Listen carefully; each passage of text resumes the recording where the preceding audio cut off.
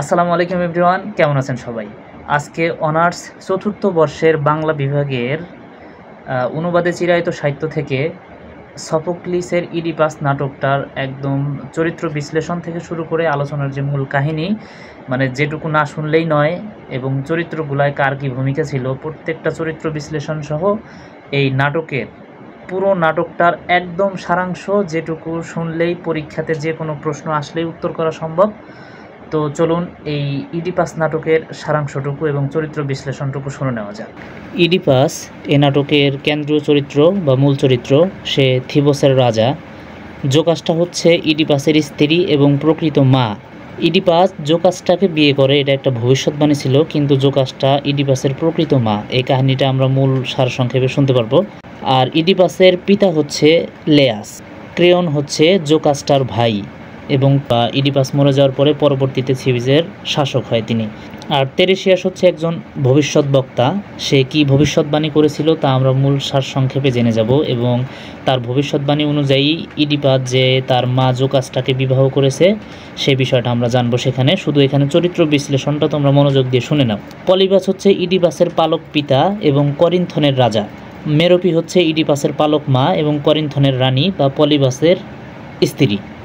আর ইডিপাসের পালক পিতা পলিবাস এবং মেরোপি কীভাবে হলো সেটা আমরা মূল সারাংশে জেনে নিব। এখন তোমরা চরিত্র সম্পর্কে শুধু ধারণাটা রাখো। থিবস শহর এক মহামারীতে আক্রান্ত হয়। জনসাধারণ ভয় ও দুর্ভোগে দিন কাটাচ্ছে। রাজা ইডিপাস জনগণের কষ্টে ব্যথিত হন এবং সমস্যা সমাধানের জন্য অ্যাপোলোর মন্দিরে একজন দূত পাঠান। এটা হচ্ছে এই নাটকের শুরুর দিকের প্রেক্ষাপটটা আর কি। সমস্যার কারণ অনুসন্ধান করে দূত যখন ফিরে আসে, সে জানায় শহরের এই অভিশাপ থেকে মুক্ত করতে হলে থিবসের যে প্রাক্তন রাজা লেয়াস হত্যার প্রতিশোধ নিতে হবে। ইডিপাস ঘোষণা করেন যে তিনি খুনিকে বের করবেন এবং তাকে কঠোর শাস্তি দেবেন। এবার টেরেসিয়াসের ভবিষ্যৎবাণীতে আসে। টেরেসিয়াস ইডিপাসকে জানায় যে লায়াসের হত্যাকারী তিনি নিজেই, কিন্তু ইডিপাস এটা বিশ্বাস করে না এবং সে টেরেসিয়াসকে মিথ্যাবাদী বলে অপবাদ দেন। ইডিপাসের বাবা লেয়াস এবং মা জোকাসটা অনেক কষ্টের ফলে তাদের একটা পুত্র সন্তান হয় অনেক দিন পরে। সেই টেরেসিয়াসের কাছে অ্যাপোলো মন্দিরে নিয়ে গেলে তার নামকরণের জন্য, তখন টেরেসিয়াস ওই শিশুটাকে দেখে বলে যে এই শিশু বড় হলে তার পিতা লেয়াসকে খুন করবে এবং তার মাকে বিবাহ করবে। এই কথা শোনার পর জোকাসটা এবং লেয়াস সিদ্ধান্ত নেয় যে এই ছেলেকে তারা বাঁচিয়ে রাখবে না। তখন কি করে, ওই নাটকের একজন মেষপালকের হাতে দিয়ে বলে যে তুমি তাকে পর্বতের চূড়ায় নিয়ে ফেলে দিয়ে হত্যা করে ফেলো। কিন্তু মেষপালকের দয়া হয়, সে ওই যে তার পালক পিতা পলিবাস এবং পালক মাতা মেরোপি, তারা নিঃসন্তান ছিলেন। ওই মেষপালক তাদেরকে ইডিপাসকে দিয়ে দেয় লালন পালনের জন্য। ইডিপাস সেই রাজ্যেই তাদের হাতেই লালন পালিত হয়ে বড় হয়।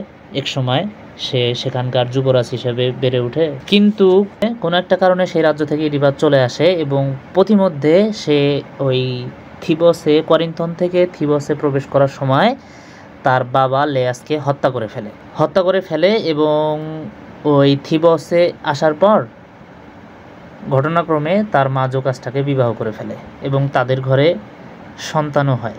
এই সত্যগুলো ইডিপাস ধীরে ধীরে সব সন্দেহ দূর হয়ে সব সত্য সে জানতে পারে। তিনি হয়তো নিজেই লায়াসের হত্যাকারী। আচ্ছা, তিনি তার স্ত্রী জোকাসটার কাছ থেকে জানতে পারেন যে লায়াস এক ভবিষ্যৎবাণী পেয়েছিলেন, তার নিজের সন্তান একদিন তাকে হত্যা করবে। ভবিষ্যৎবাণী রোধ করতে শিশুকে হত্যা করার জন্য এক পাহাড়ি অঞ্চলে ফেলে দেওয়া হয়েছিল। এই যে ঘটনাটা। এখন ইডিপাসের যদি শৈশব রহস্যটা আমরা জানি, একজন দূত করিন্থ থেকে এসে জানায় যে করিন্থনের রাজা পলিবাস মারা গেছেন এবং ইডিপাস এখন করিন্থনের নতুন রাজা হতে পারেন। এতে ইডিপাসের কিছুটা স্বস্তি বোধ করেন, কারণ তিনি ভেবেছিলেন যে পলিবাস তার আসল বাবা। কিন্তু দূত আরও জানান যে ইডিপাস করিন্থনের রাজপরিবারের সন্তান নন, তাকে ছোটবেলায় একজন রাখাল পাহাড় থেকে উদ্ধার করে করিন্থনের রাজাকে দিয়েছিল। এরপর এক বৃদ্ধ রাখাল এসে স্বীকার করেন যে তিনি শিশুটিকে পাহাড়ে ফেলে দেওয়ার নির্দেশ পেয়েছিলেন, কিন্তু দয়া করে তিনি তাকে বাঁচিয়ে রাখেন এবং করিন্থনের রাজাকে দিয়ে দেন। এই তথ্য জানার পর ইডিপাস বুঝতে পারেন যে তিনি আসলে লায়াসের পুত্র এবং ভবিষ্যৎবাণী সত্য হয়ে গেছে। ইডিপাস যে রাজা পলিবাস ও মেরোপির পুত্র নন, এই সত্যটা জানার পরেই মূলত ইডিপাস সিদ্ধান্ত নেয় যে করিন্থন থেকে সে চলে আসে যে তিনি নিজের বাবা লায়াসকে হত্যা করে এবং নিজের মাকে বিবাহ করেছে। এই সত্য জানার পর জোকাসটা ভীষণ লজ্জিত ও হতাশ হয়ে আত্মহত্যা করে। মানে ইডিপাস চরম শোকে নিজের চোখ দুটোকে অন্ধ করে দেয়, যাতে এই চোখ দিয়ে সে আর কিছু দেখতে না পারে, লজ্জায় যাতে মরে যেতে না হয়, আর যাতে তিনি আর এই অভিশপ্ত সত্য দেখতে না পারেন। এজন্যই সে তার চোখ নিজে চোখ দুটো অন্ধ করে দেয়।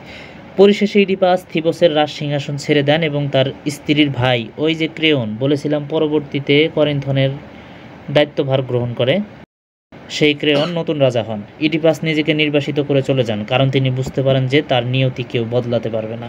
এই হচ্ছিল নাটকের মূল কাহিনী, যেটা থেকে এখন যে কোনো প্রশ্ন আসলেই যে কেউ অ্যান্সার করতে পারবে।